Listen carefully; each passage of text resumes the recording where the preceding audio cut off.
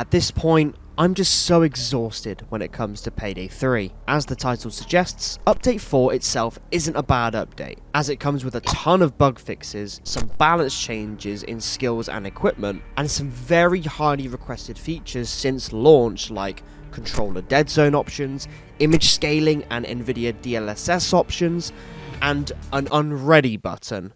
Revolutionary, I know. The main issue I have with this update is that despite there being some really positive changes, it still just does not warrant or deserve any further attention or time from new and returning players, which is painful to say. However, what's even more painful is the amount of time we've had to wait for this update. The last significant update Payday 3 received was back on December 12th, 2023 with the syntax error heist, which granted those who either owned gold or silver editions or those who were ripped off by purchasing it separately access to a heist, new weapons and cosmetics, as well as some other changes like the introduction of the techie. And since then, besides some C-stack price changes, we've had nothing. Instead, during that time, we've had a statement from Starbreeze addressing the community regarding the condition and state of the game, promising to bring it up to fans' expectations. Alongside this, we have also received the studio's plans going forward with Operation Medic Bag, which highlights the team's focus on Payday 3 throughout 2024. And now finally, today, approximately 78 days later, we have an update. That's simply not good enough, and quite frankly put, it's piss poor. This is amplified even further with the fact that there is no additional content packaged into this patch as an offering to the players to try out something new alongside these new fixes. The only thing that's on offer here is an exclusive charm for completing the Kiss the Chef challenge. The amount of time between updates needs to change as the player base are starved for content as it is. Thankfully, from last week's Reddit AMA hosted by Almir and Mio, they confirmed that updates would be coming more frequently. I really hope this is the case because as things stand at the moment, it simply just isn't good enough. Phew.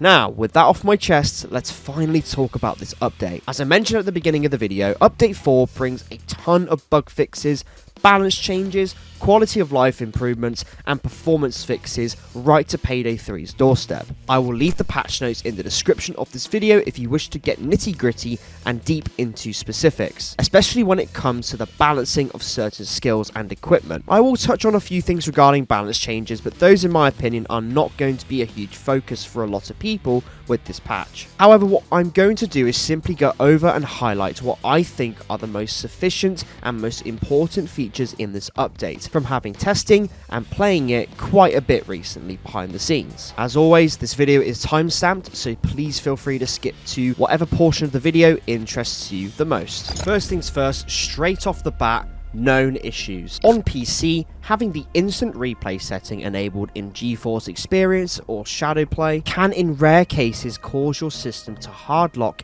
if you alt-tab during game startup or while switching between full screen and windowed in the game's video settings. Turning instant replay off in the Nvidia settings prevents this issue. I'm very happy that they have addressed this issue straight off the bat, because I'm just going to say it straight up, I may or may not be the one responsible for finding this issue. So yeah, long story short, if you have Shadowplay on your computer, let's say you wanted to record some gameplay for Payday 3, there seems to be at the moment some sort of collide with the software, that being Shadowplay, and Payday 3 with maybe some mods as well. I don't know the exact specifics of it, but when I tested it, it seems that when I had Shadowplay on whilst I was launching this version of the game, caused my entire PC to hard lock. It's nothing serious, all I had to do was restart my computer and everything was fine again. But I thought I'd let you guys know and be as transparent as I can and say that I'm very happy that they brought this issue up first things first. I'm sure that in the future they can find a way to identify the issue properly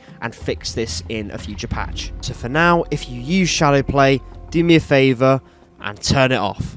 Right, with that out of the way, let's move on. Starting things off with shader compiling on startup, alongside image scaling and super sampling options and official DX12 integration. We finally have more options when it comes to the game's performance. Shader compiling will already give you a huge boost to performance all around the board as it is, and you can all take off your DX12 launch options as it is officially integrated now. However, the icing on top of the cake is the addition of Nvidia DLSS and image scaling options in general. I've personally been asking about this since day one, and it's finally here. And after playing through every heist again, I can confidently say that the game runs a lot smoother than it did thanks to these changes. Hopefully this FPS comparison on No Rest for the Wicked can give you guys a solid indication of the boost in performance myself and others might experience in game. Pairing that with DX12 support also means that those who have the Liberty Mask will be pleased to know that you will no longer cause a crash should someone with it equipped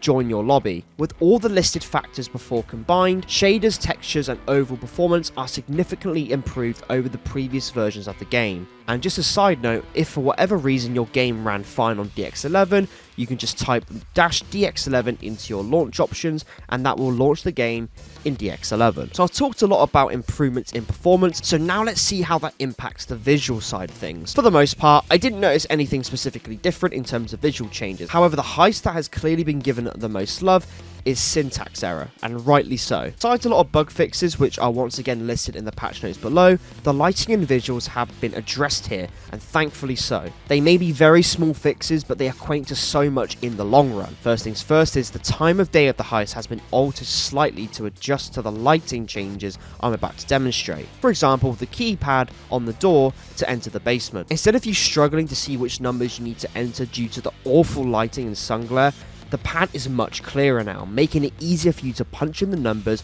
you need to before heading down into the basement. In the basement, the overall lighting in this area is incredibly superior to what it was before. And at last, we can no longer see this weird browny, foggy, smoky ceiling when we move our camera about. The footage doesn't really do it justice, but with the help of Nvidia image scaling, it really helps to enhance the visual quality of the game as a whole without detrimenting performance. And those on slightly outdated hardware will be able to adjust this to their liking, which will result in better performance around the board. There have been some adjustments and changes to certain skills in the game. Some of these are very minor changes, however there are some here that are welcome additions. For example, the negotiator skill just got a huge buff, dropping 2 extra resources from a trade instead of just 1 extra resource. Speaking of hostages, now when you trade a civilian, a big blue aura will shine around them, indicating that they have been traded or rescued by the police. I'm not going to go through this entire list because it's purely subjective on whether or not you care about these skills or not, so once again, patch notes are in the description if you wish to check out the full list. Overkill now has a new mid-wave intensity that introduces tougher enemies to make the difficulty much harder altogether during an assault. I'm personally not much of a fan of this. I'd rather just see a new difficulty be introduced, but for now,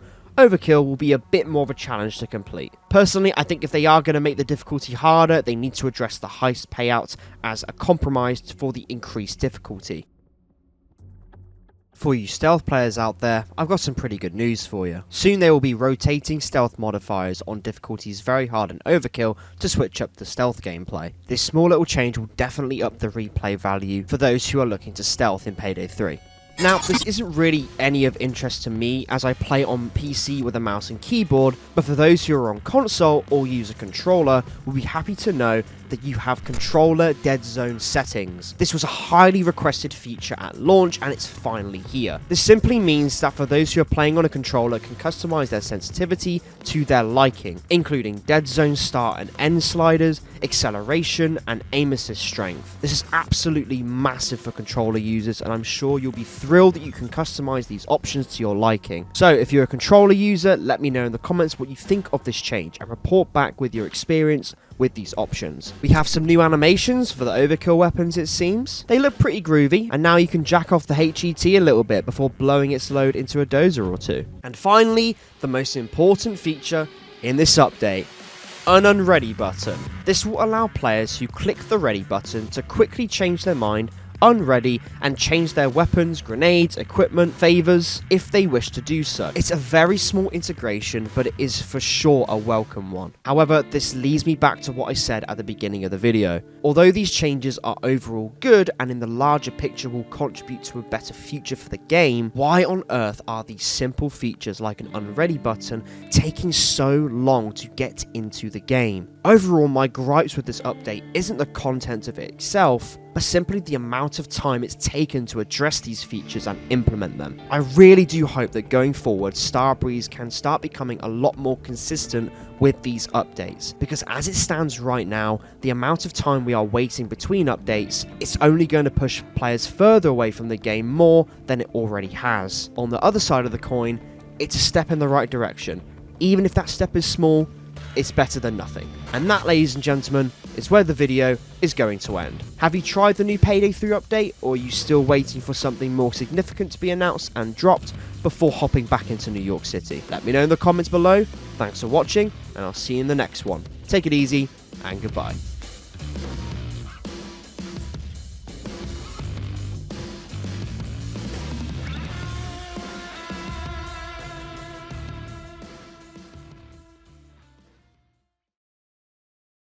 What are you two doing over there? Leave us It's alone. frolicking, man. Leave us alone. Oh my god. Leave us alone. Leave us alone. A bit of privacy would be quite nice.